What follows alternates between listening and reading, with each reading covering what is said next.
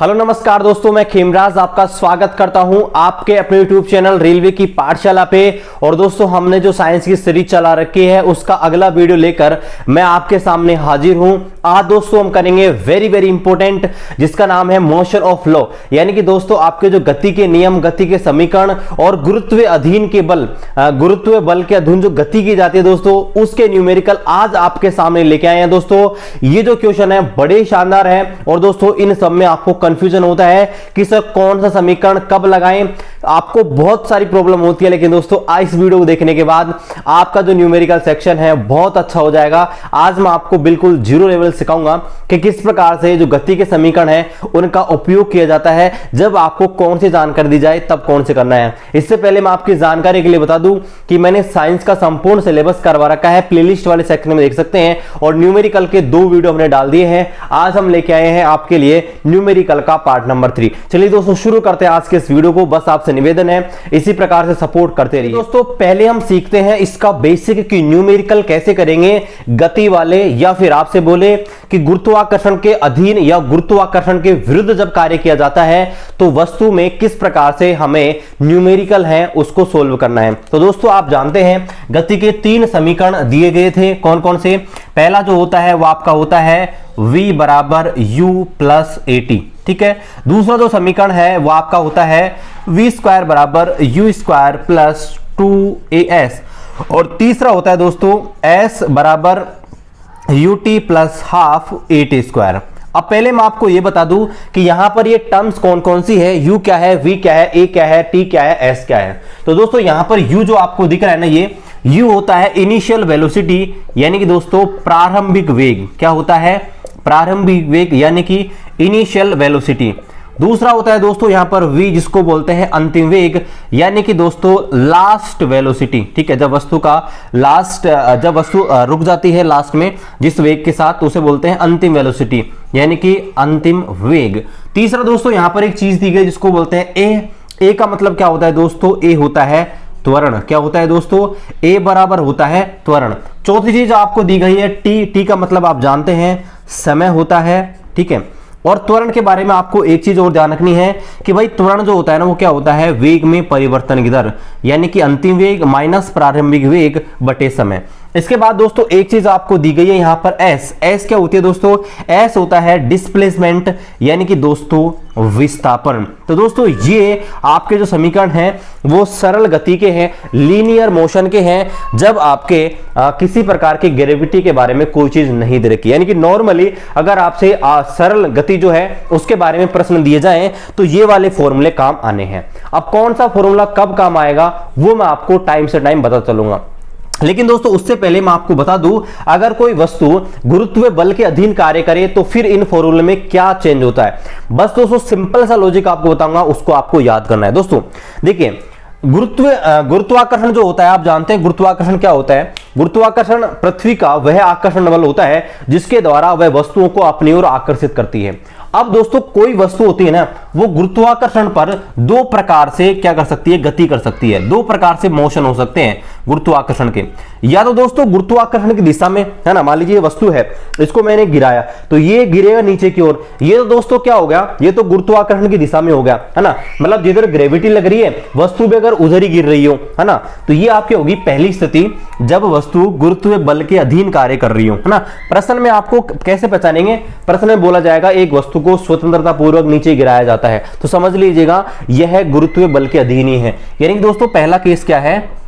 थोड़ा बेसिक्स है दोस्तों, इसको सीख लीजिएगा, बिल्कुल भी कंफ्यूजन नहीं है। फिर जब सवाल करेंगे तब आपको बहुत ही मजा आएगा। गुरुत्व बल के अधीन, गुरुत्व बल के अधीन गति, ठीक है, गुरुत्व बल के अधीन गति। तो दोस्तों कुछ भी नहीं करना आपको, यहां पर जहां पर a लिख रखा है ना वहां पर तो दोस्तों कर देना है g, क्योंकि यहां पर जो त्वरण है ना उस स्थिति में गुरुत्वीय त्वरण बन जाएगा, क्योंकि उस पर ग्रेविटी लगेगी तो त्वरण जो है वो गुरुत्वीय त्वरण बन जाएगा।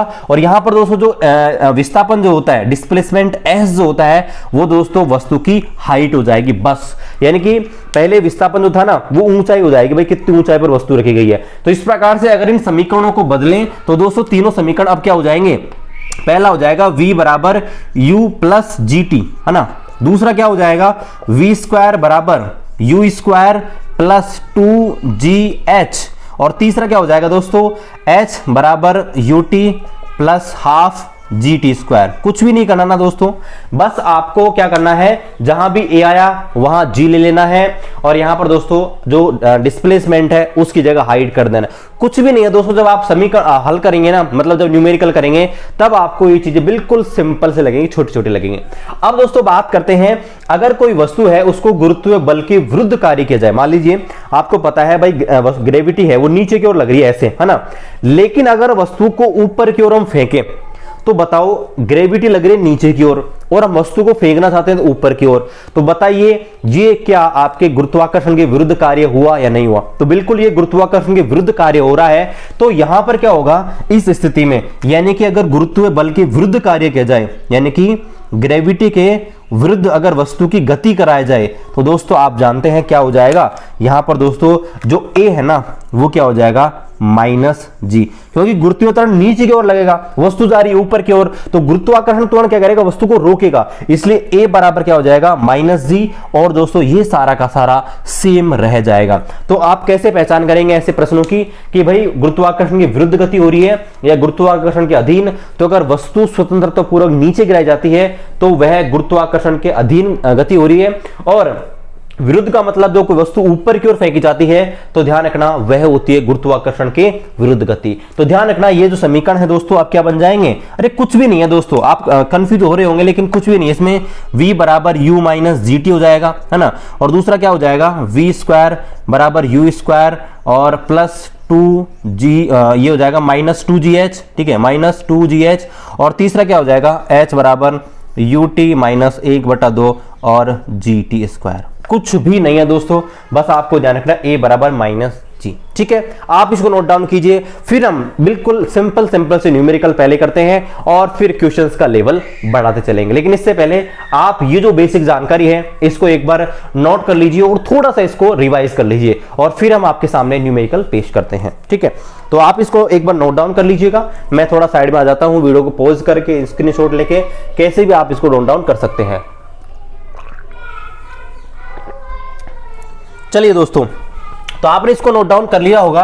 अब दोस्तों ये जो आपका ये जो है ना समीकरण, इनको तो मैं ऐसा का ऐसा रखता हूं, ठीक है, क्योंकि ये काम आने वाले हैं, इनको मैं नहीं मिटाऊंगा, ठीक है, इनको मैं यहीं रखता हूं और साइड में अपन अपने जो क्वेश्चंस हैं उनको कर लेंगे, ठीक है। ये समीकरण कैसे कैसे काम आएंगे वो मैं आपको बता चलूंगा, ठीक है। तो चलिए यहां पर पहला प्रश्न आपको आपकी मोबाइल स्क्रीन पर नजर आ रहा होगा।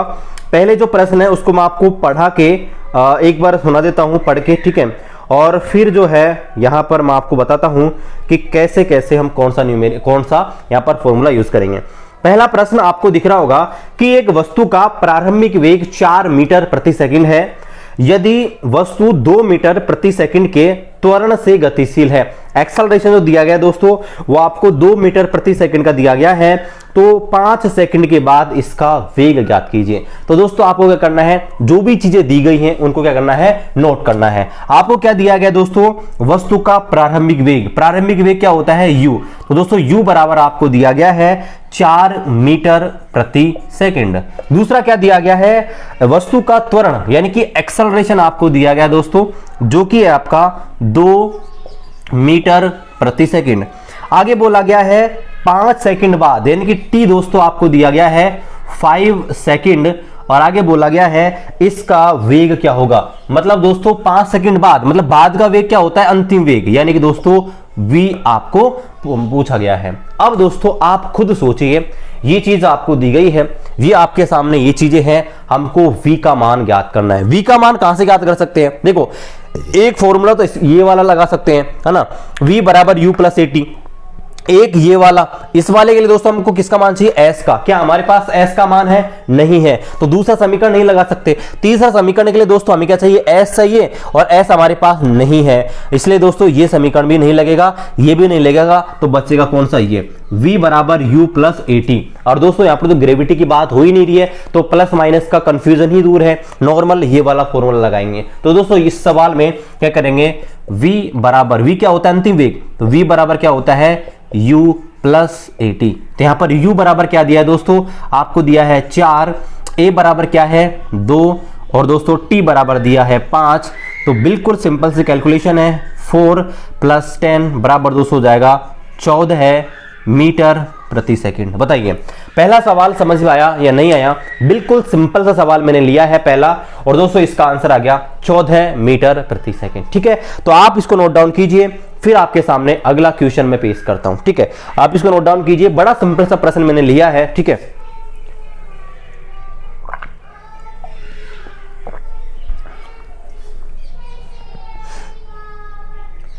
ओके, तो आपने इसको नोट डाउन कर लिया होगा। अब आपके सामने अगला प्रश्न मैं पेश करता हूं। ठीक है, तो दोस्तों अगला जो प्रश्न है वो आपको आपकी मोबाइल स्क्रीन पर दिख रहा होगा। ठीक है, देखो कितना सा टाइम लगेगा दोस्तों, कुछ नहीं है, आप 20 से सेकंड में कोई भी न्यूमेरिकल है उसको कर सकते हैं। बस आपको ये पता होना चाहिए कि कौन सा फॉर्मूला यूज करना है, थोड़ा दिमाग अपने आप आता रहेगा। अगला जो प्रश्न है वो भी सिंपल सा, भी मैंने बिल्कुल सिंपल से प्रश्न लिए हैं। अगला प्रश्न है, एक बस की चाल 5 सेकंड में, यानी कि दोस्तों आपको टाइम दिया गया है, जब भी सेकंड आए मतलब टाइम दिया गया है। क्या दिया गया है? 5 सेकंड। एक बस की चाल 5 सेकंड में दोस्तों 25 किलोमीटर प्रति घंटा से 70 किलोमीटर प्रति घंटा हो गई, है ना? क्या बोला गया है? 25 किलोमीटर प्रति घंटा से 70 किलोमीटर प्रति घंटा हो गई। इसका मतलब क्या है भाई? पहले जो थी, है ना, पहले कितनी दोस्तों? पहले थी v आपका u, है ना, पहले क्या थी? u होता है प्रारंभिक वेग, वो कितना था? 25 किलोमीटर प्रति घंटा। और दोस्तों v का मान भी दिया गया है कि बाद में कितनी हो गई दोस्तों? बाद में हो गई 70 किलोमीटर प्रति घंटा। ठीक है, अब दोस्तों आपसे क्या बोला गया है? तो इसका त्वरण ज्ञात कीजिए। बताइए त्वरण ज्ञात कर सकते हैं या नहीं कर सकते? अरे बताइए, त्वरण ज्ञात कर सकते हो नहीं कर सकते? त्वरण क्या होता है दोस्तों? त्वरण होता है वेग में परिवर्तन दर, यानी कि a बराबर होता है v - u/t। लेकिन दोस्तों ये प्रश्न इतना आसान नहीं है जितना आसान आप समझ रहे हैं। ठीक है, आप सोचेंगे सर 70 - 25/5, है ना, आपका आंसर गलत हो जाएगा। जी हाँ दोस्तों, क्योंकि यहां पर जो आपको ये दिया गया है ना, ये दोस्तों किस में दिया गया है? किलोमीटर प्रति घंटे में दिया गया है। इसलिए दोस्तों यहां पर जल्दीबाजी मत कीजिएगा। प्रश्न अगर आप टेस्ट दे रहे हो ना, तो आप एक चीज जरूर नोट कीजिएगा कि जब आप उसका क्या एनालिसिस करते हैं तो आप ये चीज देखते हो कि 4-5 प्रश्न आते हुए भी गलत हो जाते हैं, और दोस्तों ऐसे ही होते हैं, है ना। देखिए पहले हमें क्या करना पड़ेगा? इसको क्या करना पड़ेगा दोस्तों? पहले हमें क्या करना पड़ेगा? इसे कन्वर्ट करना होगा दोस्तों, इसे कन्वर्ट करना होगा मीटर प्रति सेकंड में। चलिए मीटर प्रति सेकंड में कन्वर्ट करते हैं, तो 25 × 5/18 ये हो गया, और दूसरा क्या हो गया? 70 × 5/18 ये हो गया। अब देखो दोस्तों, अब यहां पर क्या होगा? यहां पर वैल्यू रखते हैं, तो a बराबर v - u। तो दोस्तों मैं 5/18 जो है इसको कॉमन ले लेता हूं, है ना, और v - u करते हैं तो क्या आ जाएगा यहां पर? 70 - 25। ठीक है, और t का भाग भी लगाना है। t क्या है दोस्तों? 5 है। ठीक है, तो 5 से दोस्तों 5 कट गया, और यहां पर a क्या आ गया? a आ गया 70 में से अगर आप 25 घटाओगे तो ये दोस्तों आता है 45, और 45 को अगर आप 18 से भाग लगाएंगे तो आप यहां पर पहले किसको काट सकते हैं? 3 से आप इसको काटेंगे तो 15, और दोस्तों फिर इसको 3 से काटेंगे 15/6, और फिर अगर आप इसमें भाग लगाएंगे किसका? 3 का, तो दोस्तों ये आपका आ जाएगा 5, और दोस्तों ये आपका आ जाएगा कितना? 3। तो 5/3 और 5/3 का मतलब क्या होता है दोस्तों? 1 भाग लगा लीजिए, है ना, तो 3 एकम 3, और ये हो जाएगा 1.6। ठीक है, तो दोस्तों 1.6 है इसका राइट आंसर आ जाएगा। 1.6 ये दोस्तों इसका राइट आंसर आ जाएगा। ठीक है, 1.6। ओके, 1.6 नहीं दोस्तों, थोड़ा सा गड़बड़ हो गया है यहाँ पर थोड़ा सा। ओके, तो 15/2। ठीक है, तो 5 ये आपका 5/2 होगा ना। ओके, 5/2 होगा, ये 5/3 नहीं होगा। तो यहाँ पर 2.5 और मीटर प्रति सेकंड स्क्वायर, क्योंकि ये त्वरण है तो इसकी यूनिट भी लिखना जरूरी है, 2.5 मीटर प्रति सेकंड स्क्वायर। तो दोस्तों इस प्रकार से ये जो क्वेश्चन है दूसरा, ये भी बड़ा सिंपल सा था। इससे आपसे एक्सेलरेशन पूछा था, तो दोस्तों आप निकाल सकते हो। एक्सेलरेशन होता है आपका अंतिम वेग माइनस प्रारंभिक वेग बटे t, यानी कि दोस्तों वेग में परिवर्तन की दर। ठीक है, तो आप इसको नोट डाउन कीजिए, फिर आपके सामने अगला प्रश्न मैं लेके आता हूं। ठीक है, थोड़ा सा मैं फैन भी ऑन कर लेता हूं, क्योंकि आपको पता है गर्मी थोड़ी बढ़ रही है।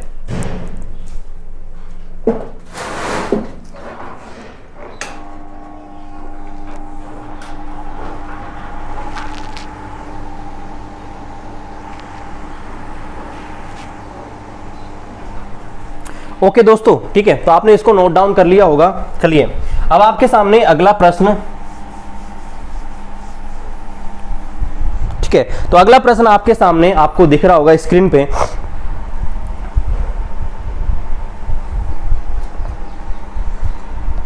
ओके, अगला प्रश्न है स्थिर अवस्था से शुरू होने के बाद, स्थिर अवस्था का मतलब क्या होता है दोस्तों कि u बराबर 0 है। ठीक है, आपको पहचानना है भाई u, स्थिर अवस्था का मतलब क्या है कि u बराबर 0 है। तो पहली बात तो ये कि भैया u बराबर 0 दिया गया है।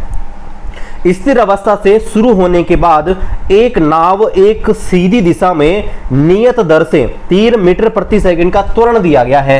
यानी कि दोस्तों a बराबर आपको दिया गया है 3 मीटर प्रति सेकंड। जो चीज आपको दे रखी है उनको नोट करते चलिए। 3 मीटर प्रति सेकंड के त्वरण से 8 सेकंड तक गति करती है। यानी कि दोस्तों t बराबर आपको दिया गया है 8 सेकंड। 8 सेकंड तक क्या करती है, गति करती है। नाव के द्वारा तय की गई कुल दूरी ज्ञात कीजिए। यानी कि दोस्तों आपसे क्या पूछी है, दूरी, और दूरी यहां पर s है ना, दूरी अब विस्थापन पूछे तो यहां पर s पूछा गया है। ठीक है, ये अपने पास फॉर्मूला रहा, ये अपने पास जानकारी रही। अब बताइए कौन सा फॉर्मूला लगेगा। तो दोस्तों यहां पर आप देखिए हमारे पास क्या है, u है ना, हमारे पास a है, t है, लेकिन दोस्तों हमारे पास v नहीं है। तो दोस्तों अब आप सोचिए कि हमारे पास v अगर लगाना है तो v तो इस फॉर्मूले में भी है, इस फॉर्मूले में है, लेकिन दोस्तों अगर ये वाला फॉर्मूला लगाते हैं तो दोस्तों हमारे पास हमारा काम हो जाएगा, क्योंकि हमारे पास v नहीं है और इस फॉर्मूले की मदद से हम निकाल सकते हैं। तो दोस्तों s बराबर, देखो तीसरा समीकरण लगाते हैं, s बराबर ut प्लस 1/2 और at स्क्वायर। बताइए लग गया ना ये, अरे जो भी चीजें हैं सब हमको दे रखी हैं। तो s बराबर दोस्तों क्या हो जाएगा, u बराबर 0 और t बराबर क्या है दोस्तों, t बराबर है 8 प्लस 1/2 और a क्या है दोस्तों, a बराबर है 3 और t का स्क्वायर करना है, मतलब 8 का स्क्वायर करना है। तो ये तो दोस्तों हो गया 0। तो s बराबर, इसको मैं लिखता नहीं हूं, ये हो जाएगा 1/2 और 3 और इंटू दोस्तों 8 इंटू 8 करेंगे, ये हो जाएगा 64। 64 से 2 से काटेंगे तो दोस्तों कितना हो जाएगा 32, और 32 को 3 से मल्टीप्लाई करेंगे, ये दोस्तों आ जाएगा 96। और दोस्तों दूरी है तो क्या आ जाएगा, मीटर में। तो दोस्तों इस प्रकार से हमने अगला प्रश्न भी कर लिया है। ठीक है, बड़ा सिंपल सा है दोस्तों, आपको बस इतना सा सोचना है कि भाई क्या चीज हमको दी गई है। ठीक है, आपको क्या चीज दी गई है ना, और क्या चीज आपको इस्तेमाल करनी है, बस है ना, आपको नोट डाउन करनी, जो भी चीज दी गई उनको नोट कीजिए। तीनों फॉर्मूले साइड में लिख लीजिएगा, एग्जाम में भी टाइम नहीं लगेगा, है ना, और फिर आप खुद सोचिएगा कि कौन सा लगाना है। आंसर आपका सेकंडों में आ जाएगा। इससे कितना सा टाइम लगता है, लेकिन ज्यादातर लोग है ना वो न्यूमेरिकल नाम से ही डर जाते हैं। ठीक है, इसको आप नोट डाउन कीजिए, फिर आपके सामने अगला प्रश्न यहाँ पर पेश करते हैं। ठीक है, ओके, आपने नोट डाउन कर लिया होगा, वीडियो को पॉज करके भी गाइस इसको नोट कर सकते हैं। ओके, तो चलिए दोस्तों अगला प्रश्न आपको आपके स्क्रीन पर दिखाई दे रहा होगा, वो ये है कि एक रेलगाड़ी विश्राम अवस्था से चलना शुरू करती है। विश्राम अवस्था का मतलब क्या है दोस्तों, u बराबर 0, यानी कि प्रारंभिक वेग है ना दोस्तों वो क्या है 0। आगे बोला गया है यदि इसकी चाल 5 मिनट में 90 किलोमीटर प्रति घंटे हो गई, यानी कि दोस्तों 5 मिनट, t बराबर क्या दिया गया है 5 मिनट, और दोस्तों वेग, अंतिम वेग जो दिया गया है ना वो क्या है 90 किलोमीटर प्रति आवर हो गई। तो अब आपसे पूछा गया है यदि इसका त्वरण समान है तो रेलगाड़ी के द्वारा तय की गई दूरी ज्ञात कीजिए। यानी कि दोस्तों s का मान आपसे पूछा गया है और त्वरण समान है। अब दोस्तों पहली बात तो आपको ये ध्यान रखनी है, हमें ज्ञात करनी है s।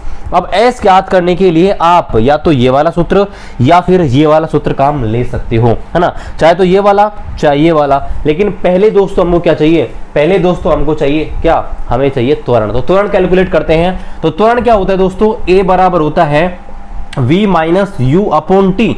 तो यहाँ पर v क्या है, v दोस्तों है 90 किलोमीटर प्रति घंटे, लेकिन दोस्तों हमें जो दिया गया है वो घंटे में दिया गया है, किलोमीटर प्रति घंटे में। लेकिन दोस्तों कैलकुलेट करते टाइम हमेशा ध्यान रखना है मीटर प्रति सेकंड में लेना है। तो दोस्तों इसको कन्वर्ट करना है मीटर प्रति सेकंड में, तो 5/18 से गुणा कर देंगे। तो 5/18 5 90 और 5×5 25, तो 25 मीटर प्रति सेकंड तो ये आ गया। और टाइम को भी दोस्तों हमें सेकंड में कन्वर्ट करना होगा, तो इसको मल्टीप्लाई करते हैं तो 6×5 300, यानी दोस्तों 300 सेकंड है वो टाइम आ जाएगा। अब यहाँ पर v minus you upon T लगाते हैं तो v दोस्तों आया है कितना v बराबर दोस्तों आया है 25, u दोस्तों कितना है 0 और t बराबर दोस्तों 300। ठीक है, तो 25 अपॉन दोस्तों क्या आ गया 300, और 25 को अगर 300 सिंप्लीफाई करते हैं तो आप जानते हैं 25 एक 25 है ना, और दोस्तों यहाँ पर 25 2 50। ठीक है, तो 1/12 आ गया। ठीक है, एक इसको ऐसा कैसा छोड़ते हैं। अब देखिए दोस्तों आते हैं आगे। अब दोस्तों हमें चाहिए s का मान। ठीक है, ये a का मान निकल गया।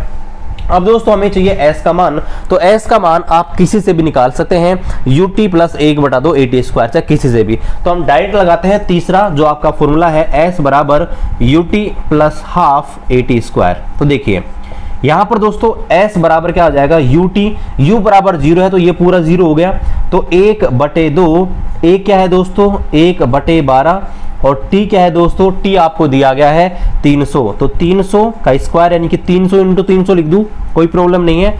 अब यहाँ पर देखिए, अब यहाँ पर मैं क्या करता हूँ, इसको सिंप्लीफाई करता हूँ। तो देखिए यहाँ पर इस 2 को सिंप्लीफाई करता हूँ इससे, तो दोस्तों ये क्या आ जाएगा 150, और इसको मैं देखिए 12 जो है 12 का भाग लगाता हूं, तो 12 का भाग अगर मैं लगाता हूं, 12 को पहले मैं 3 से काट देता हूं, तो ये बच जाएगा 4 और यहाँ बच जाएगा 100, और 25 आपका 2500 यानी कि आपका दोस्तों 150 इंटू दोस्तों क्या आ जाएगा, यहाँ पर आ जाएगा आपका दोस्तों 25, तो 25 इंटू 15 जब आप करेंगे तो 0 दोस्तों इधर, और 25 5 आपका आ जाएगा 25 5 125 यानी दोस्तों 12, और 25 से कम 25 और 12 37 यानी कि दोस्तों 3750 जो है इस प्रश्न का राइट आंसर आ जाएगा। ठीक है दोस्तों, 3750 क्या आ जाएगा मीटर आएगा दोस्तों ये, क्योंकि आपको पता है आपसे क्या पूछी गई है, दूरी पूछी गई है।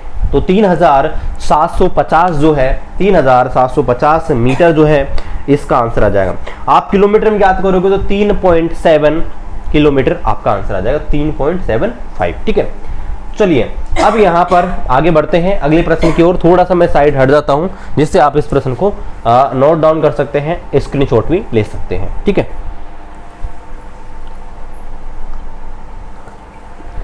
चलिए अब आपके सामने अगला प्रश्न यहाँ पर पेश करते हैं।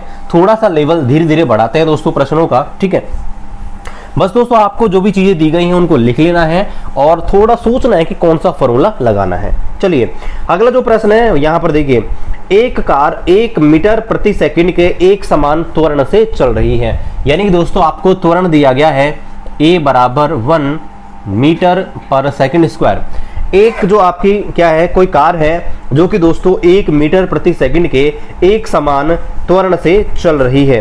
अब दोस्तों आप आगे आपसे पूछा गया है यदि इसकी गति 5 सेकंड में दोस्तों 5 मीटर प्रति सेकंड से, अच्छे से पढ़िएगा, इसकी जो आपका क्या है दोस्तों, इसकी जो स्पीड है ना वो 5 सेकंड में, यानी कि टाइम दिया गया है दोस्तों 5 सेकंड, और दोस्तों 5 सेकंड में 5 मीटर प्रति सेकंड से बढ़कर ये दोस्तों क्या हो गई है, ये आपके 10 मीटर प्रति सेकंड हो गई है। तो इसके द्वारा तय की गई दूरी आपको ज्ञात करनी है, यानी कि दोस्तों आपसे क्या पूछा गया है, इसकी दूरी यानी कि s का मान पूछा गया है।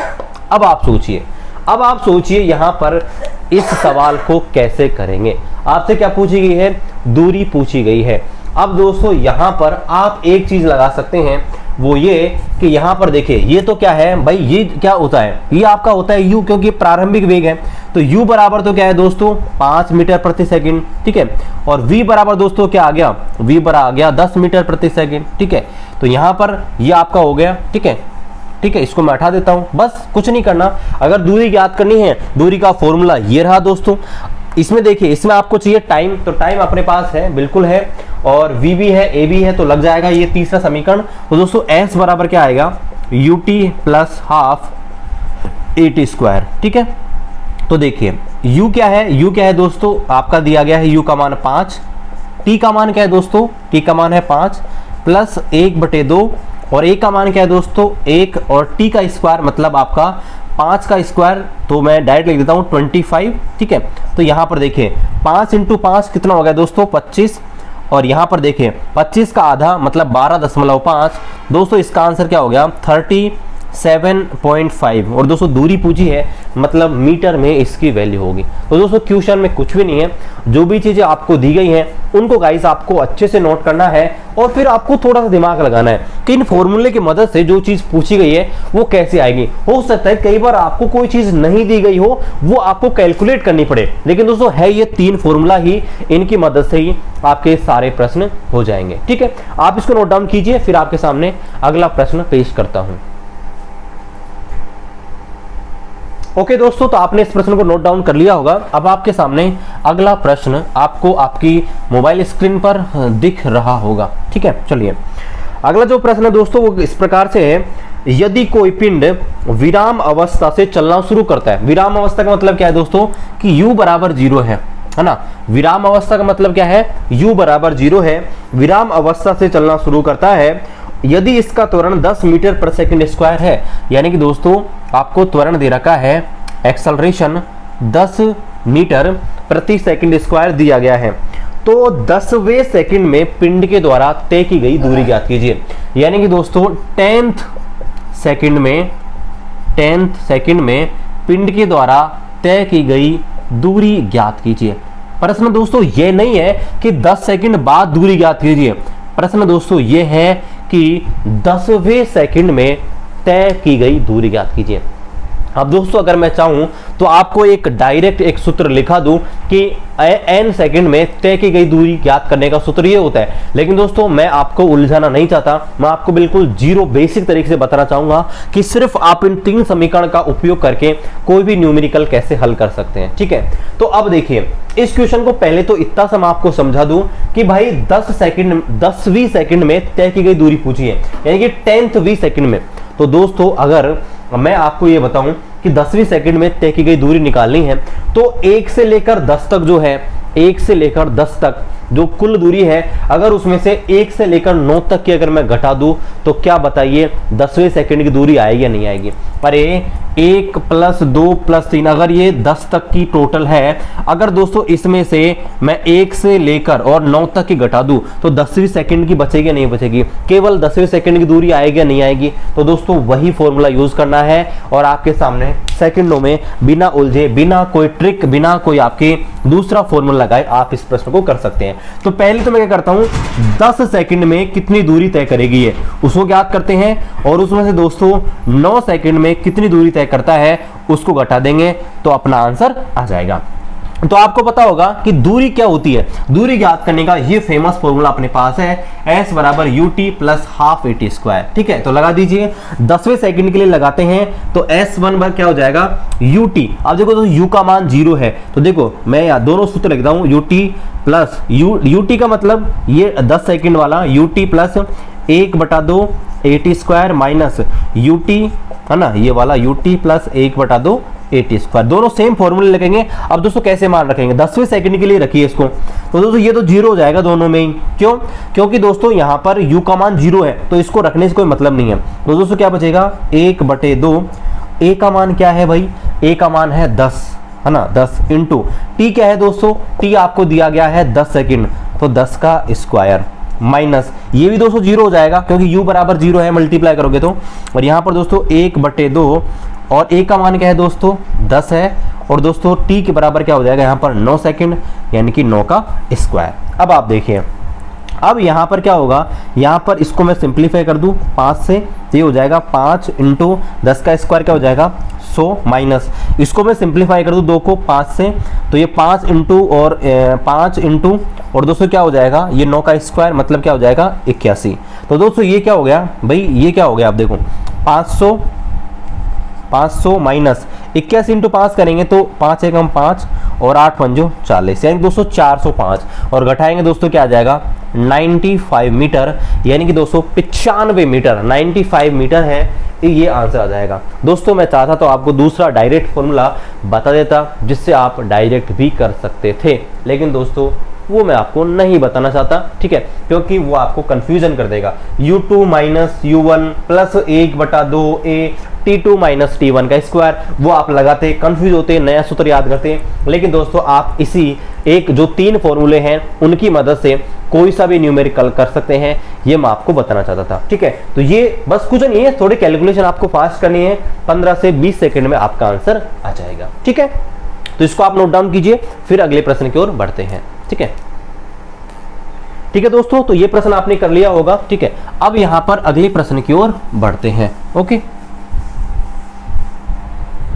ओके, देखिए अगला जो प्रश्न है, अगला जो प्रश्न दोस्तों वो ये है कि एक वस्तु विराम अवस्था से शुरू होकर, ठीक है, एक वस्तु विराम अवस्था से शुरू होकर 50 मीटर प्रति सेकंड का वेग प्राप्त कर लेती है। यानी कि दोस्तों आपको दिया गया है एक वस्तु विराम अवस्था से शुरू होती है, u बराबर 0 है, और बाद में यह दोस्तों 50 मीटर प्रति सेकंड का वेग प्राप्त कर ले, अंतिम वेग जो है वो आपका 50 मीटर प्रति सेकंड है।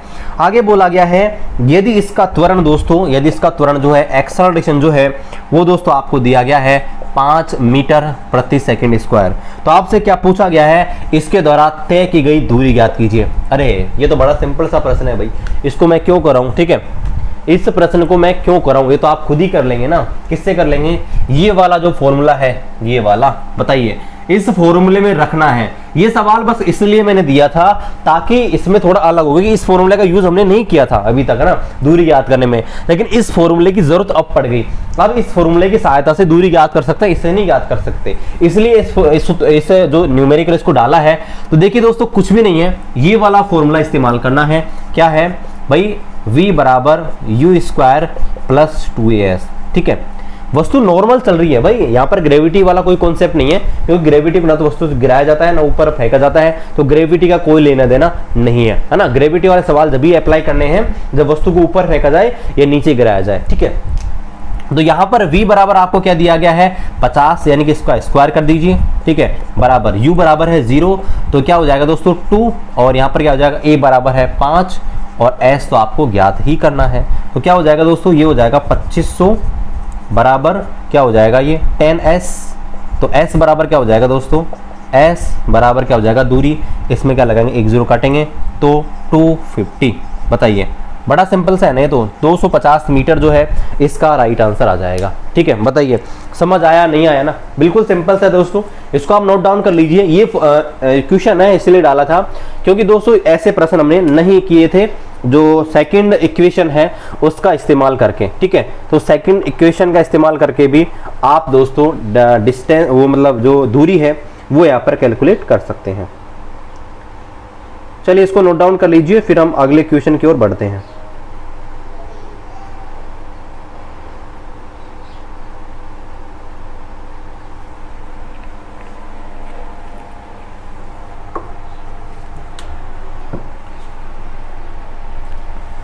ओके ठीक है, तो अगले प्रश्न की ओर बढ़ते हैं। ठीक है, तो इसको मैं साफ कर देता हूं। ठीक है, और अगला प्रश्न आपको आपकी मोबाइल स्क्रीन पर दिख रहा होगा। ठीक है, अगला जो प्रश्न है वो ये है, देखिए कि एक रेलगाड़ी 72 किलोमीटर प्रति घंटे से चल रही थी। एक रेलगाड़ी 72 किलोमीटर प्रति घंटे की चाल से चल रही है। इसका मतलब दोस्तों u बराबर आपको दिया गया है 72 किलोमीटर प्रति हावर।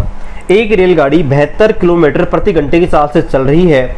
यदि इसे हमको 200 मीटर दूरी पर रोकना है, यदि हमें इसे 200 मीटर, यानी कि आपको दिया गया है s का मान, s बराबर दोस्तों 200 मीटर है, 200 मीटर की दूरी पर रोकना है, तो आवश्यक मंदन ज्ञात कीजिए। मंदन क्या होता है दोस्तों, वो भी मैं आपको बताता हूं। मंदन होता है आपका डी एक्सेलरेशन, यानी कि आपका जो एक्सेलरेशन जो होता है ना उसका व्युत्क्रम।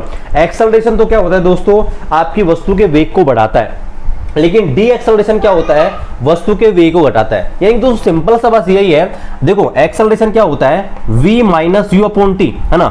यानी कि अगर आपका अंतिम वेग ज्यादा हो और प्रारंभिक वेग कम हो, मान लीजिए जैसे 50 अंतिम वेग है, प्रारंभिक वेग v है, तो ये वैल्यू हमेशा पॉजिटिव आएगी। लेकिन दोस्तों अगर चीजें ऐसी हो कि भाई पहले वेग कितना था, पहले आपका वेग था कितना, आपका वेग था 20 ना अंतिम वेग, और अब हो गया इतना, मतलब वैल्यू पर माइनस में आती है ना, तो फिर हम ये चीजें लगाते हैं। ठीक है, यानी कि दोस्तों अंतिम वेग जो है वो तो कम हो और प्रारंभिक वेग कम हो, तो जो एक्सेलरेशन होता है ना वो आपका डी एक्सेलरेशन कहलाता है, मतलब त्वरण ही मंदन कहलाता है, लेकिन ये माइनस में होता है। अब दोस्तों आपको थोड़ा सा दिमाग ये लगाना है कि एक गाड़ी है, एक ट्रेन है, वो 72 किलोमीटर प्रति घंटे की चाल से चल रही है, उसको हमें क्या करना है, 200 मीटर डिस्टेंस पर रोकना है। तो कितना मंदन चाहिए, कितना डी एक्सेलरेशन चाहिए? तो पहले तो क्या करते हैं, इसको हम आपके मीटर प्रति सेकंड में चेंज कर लेते हैं 5/18 से, तो 18 चौक 72 और 5 चौक 20, तो ये आ गया दोस्तों 20 मीटर प्रति सेकंड।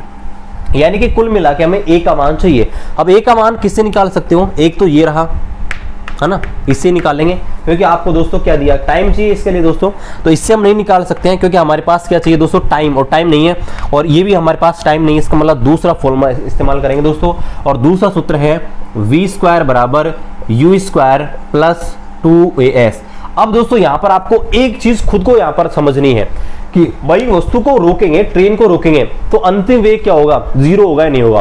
भाई रोकने की बात की जा रही है, ब्रेक लगाएंगे और रोकना है 200 मीटर पर, इसका मतलब क्या है, अंतिम वेग क्या हो गया, 0। इसका मतलब दोस्तों आपको खुद को प्रश्न से पढ़ना है कि भाई v बराबर 0 हो जाएगा, यानी दोस्तों 0 बराबर u, यानी कि प्रारंभ में कितनी चल रही थी, 20 मीटर प्रति सेकंड, इसका क्या करना है, स्क्वायर कर देना है, प्लस 2। ए का मान क्या है दोस्तों, एक तो ज्ञात ही करना है हमको, ठीक है, और s क्या है, s दोस्तों आपका क्या हो जाएगा, s का मतलब डिस्टेंस, यानी दोस्तों क्या हो जाएगी 200। ठीक है, अब देखिए, अब यहाँ पर क्या हो जाएगा, 0 बराबर 2 इसका स्क्वायर करेंगे 400 हो जाएगा, 400 प्लस और ये क्या हो जाएगा 400a।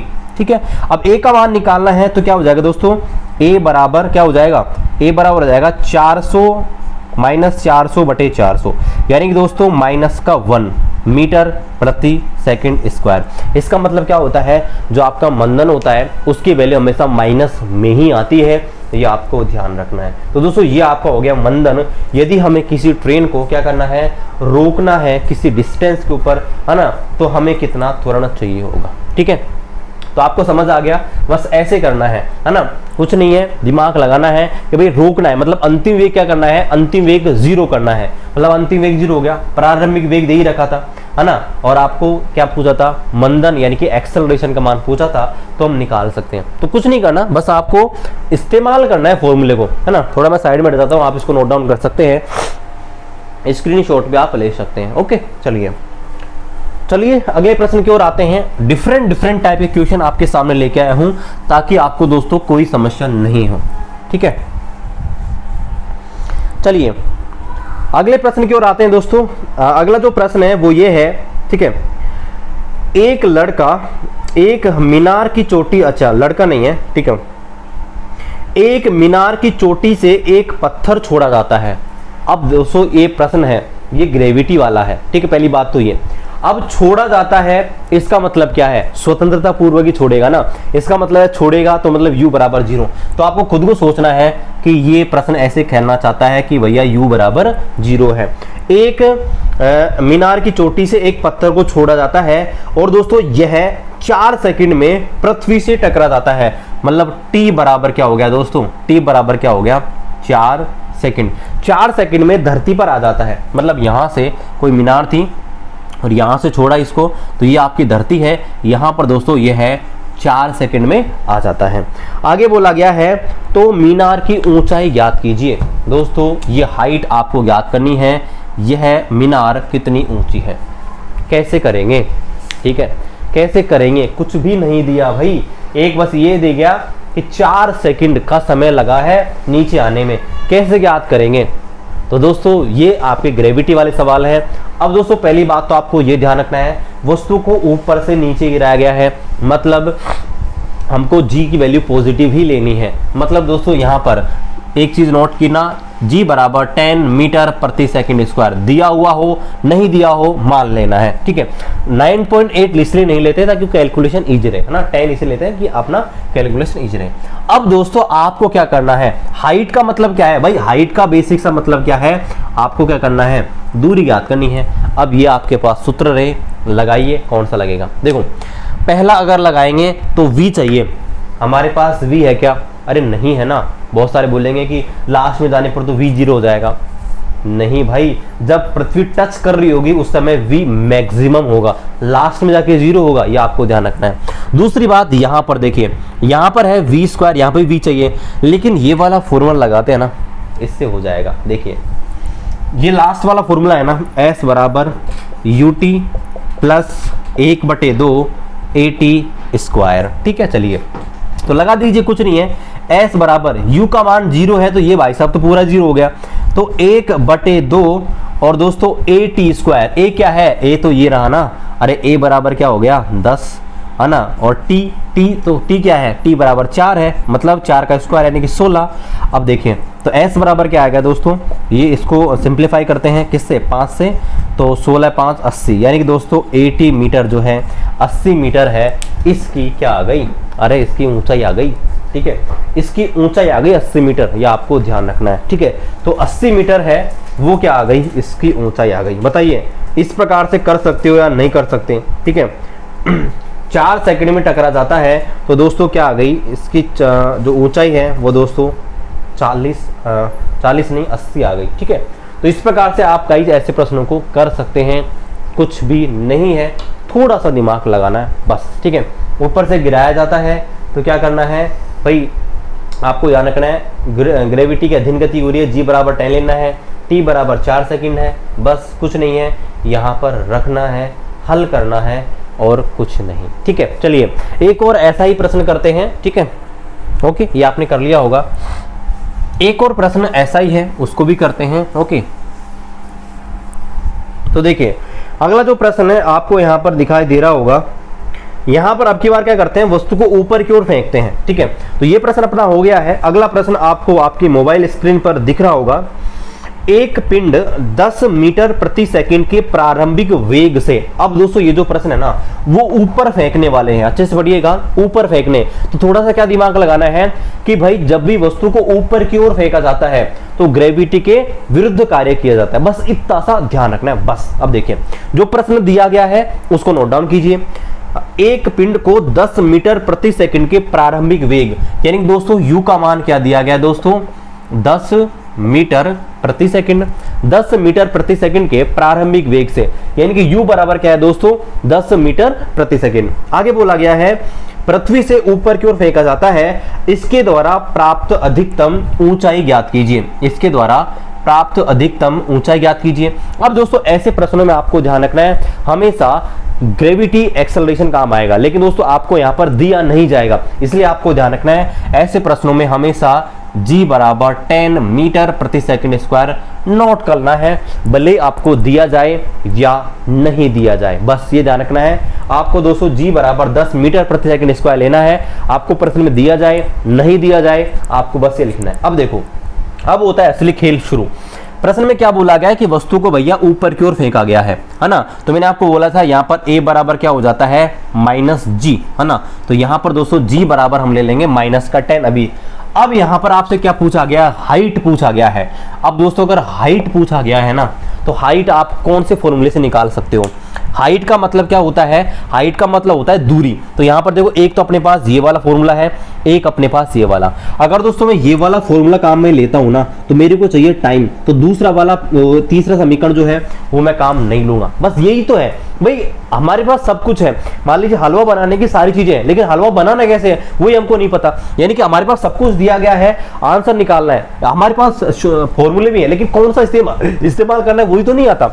तो दोस्तों अगर मैं ये वाला लूंगा तो ये वाले से तो दूरी निकलेगी नहीं, है ना, ये वाला जो इससे निकल सकती है दूरी और इससे। अब दोस्तों अगर ये वाला फॉर्मूला इस्तेमाल करता हूं तो मेरे को टाइम चाहिए, और टाइम यहाँ पर दिया हुआ नहीं है, तो कौन सा फॉर्मूला लगाएंगे, ये v स्क्वायर बराबर u स्क्वायर प्लस 2as, कौन सा लगाएंगे, v स्क्वायर बराबर u स्क्वायर प्लस 2as। लेकिन दोस्तों अब इसको चेंज करेंगे, मैंने आपको क्या बताया था, अगर वस्तु को ऊपर की ओर फेंका जाता है गुरुत्वाकर्षण की दिशा में, या गुरुत्वाकर्षण उस पर लग रहा है, तो दोस्तों a बराबर -g ले लेना है बस। तो यहां पर दोस्तों क्या हो जाएगा, v स्क्वायर बराबर u स्क्वायर और -2as, आप 2gs है ना। अब दोस्तों आप ना इसको s को h भी मान सकते हो क्योंकि दूरी है और यहाँ पर हाइट पूछी है। तो इस प्रकार से आपका ये वाला फॉर्मूला चेंज हो गया और मैंने आपको पहले ही ये वाला फॉर्मूला है वो बता दिया था ना, आज की क्लास शुरू करने से पहले ही। ठीक है, तो अब आप निकाल सकते हो इजीली। क्या पूछा गया? हाइट। तो हाइट आप इस फॉर्मूले से निकाल सकते हो, नहीं निकाल सकते? बिल्कुल निकाल सकते हैं। रखिए v का मान क्या है भाई? v का मान नहीं है, और v का मान, प्रश्न क्या बोला था? वस्तु को अगर हम ऊपर की ओर फेंकेंगे तो बताओ लास्ट में जाने के बाद इसका वेग 0 होगा या नहीं होगा? अरे ऊपर की ओर वस्तु को फेंक रहे हो, यहां जाने के बाद रुकेगी नहीं? फेंक, अरे मैंने इस मार्कर को फेंका, ये लास्ट में जाके रुक गई नहीं? रुक गई, रुकेगी ना। इसका मतलब इसका v बराबर दोस्तों आपको खुद को मानना है, v बराबर 0 हो जाएगा। इसका मतलब क्या है दोस्तों? ये 0 हो जाएगा बराबर u स्क्वायर बराबर क्या है? दिया गया है 10, 10 का स्क्वायर माइनस 2, और g बराबर क्या लेना है दोस्तों? आपको लेना है 10, क्योंकि ऑलरेडी हमने फॉर्मूला माइनस कर दिया तो 10 ही लेना है। और हाइट तो आपको ज्ञात करनी है h। तो दोस्तों क्या हो गया यहाँ पर? देखिए यहाँ पर इसको मैं इधर भेज देता हूं तो ये 10 का स्क्वायर हो जाएगा 100 बराबर 2 × 10 × h। ठीक है, तो h यहाँ पर आ जाएगा 100 बराबर 20h। तो हाइट बराबर क्या आ जाएगी दोस्तों? हाइट बराबर आ जाएगी 100/20 बराबर दोस्तों आ जाएगी 5 मीटर। बताइए हाइट यहाँ पर 5 मीटर आएगी या नहीं आई? समझ आया या नहीं आया? तो दोस्तों आपकी जो हाइट है वो कितनी आ जाएगी? 5 मीटर। ठीक है, बस आपको इतना सा ध्यान रखना है दोस्तों। क्या ध्यान रखना है? कि वस्तु अगर ऊपर की ओर जा रही है ना, तो उस स्थिति में जो एक्सेलरेशन है वो ग्रेविटेशनल एक्सेलरेशन होगा, लेकिन कैसा होगा? माइनस। लेकिन वस्तु अगर नीचे की ओर गिर रही हो तो प्लस g लेंगे। बस इतना सा ध्यान रखना है। ये फॉर्मूला इस प्रकार से चेंज हो जाएगा। चलिए ऐसे ही प्रश्नों की और प्रैक्टिस करेंगे जिससे आपका जो कंफ्यूजन है ना सारा दूर हो जाएगा। ठीक है, इसको आप नोट डाउन कीजिए, मैं थोड़ा साइड में आ जाता हूं। ठीक है, और फिर अगला प्रश्न है यहाँ पर करेंगे। ठीक है, तो इसको नोट कर लीजिए।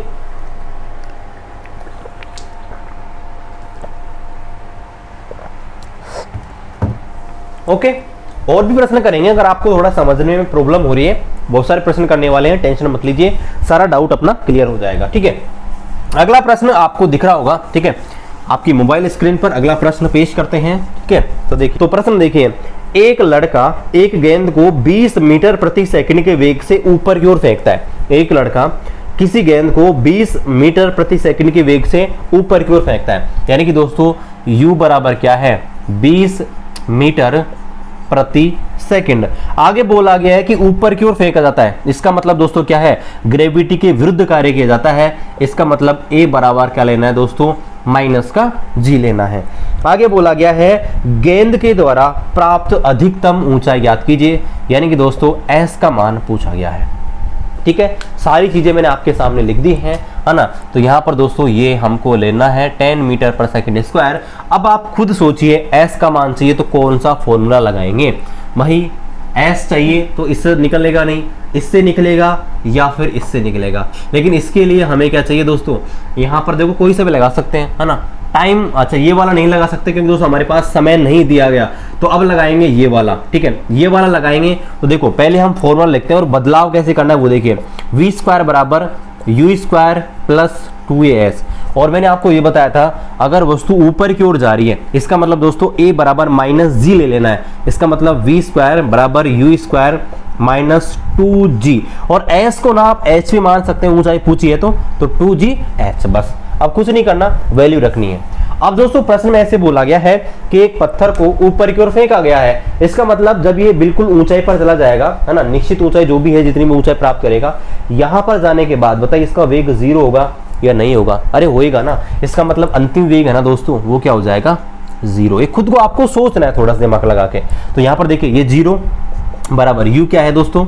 20, तो 20 का स्क्वायर माइनस 2, और g क्या है दोस्तों? g बराबर आपको दिया है 10, और हाइट क्या है दोस्तों? हाइट तो आपको ज्ञात ही करनी है। तो देखिए यहाँ पर इसको मैं इधर लेके आता हूँ, ये आ जाएगा 400 बराबर, ये आ जाएगा 20h, यानी कि दोस्तों हाइट बराबर जो आ गई वो कितनी आ गई? 400/20, यानी कि दोस्तों क्या आ गई? 20 मीटर।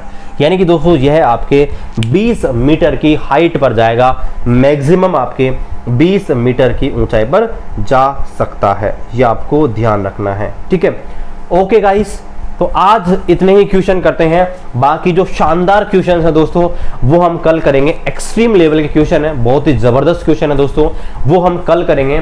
ग्रेविटी से बहुत शानदार प्रश्न बनते हैं, वस्तु को ऊपर गिराते हैं, नीचे गिराते हैं, बहुत ही अच्छे अच्छे प्रश्न है, एक्सट्रीम लेवल के क्वेश्चन है। आज हमने मीडियम क्वेश्चन किए हैं, इजी टू मीडियम, और कल दोस्तों हम मीडियम से हार्ड क्वेश्चन करेंगे। सो गाइज आपसे रिक्वेस्ट है, अगर आपको हमारी क्लासेस पसंद आ रही हैं, चैनल को आप सब्सक्राइब जरूर कर दीजिएगा, इस क्लासेस को अपनी वीडियो के साथ अपने दोस्तों के साथ जरूर शेयर कीजिएगा। मिलते हैं गाइज अगले वीडियो में, तब तक जय हिंद, वंदे मातरम।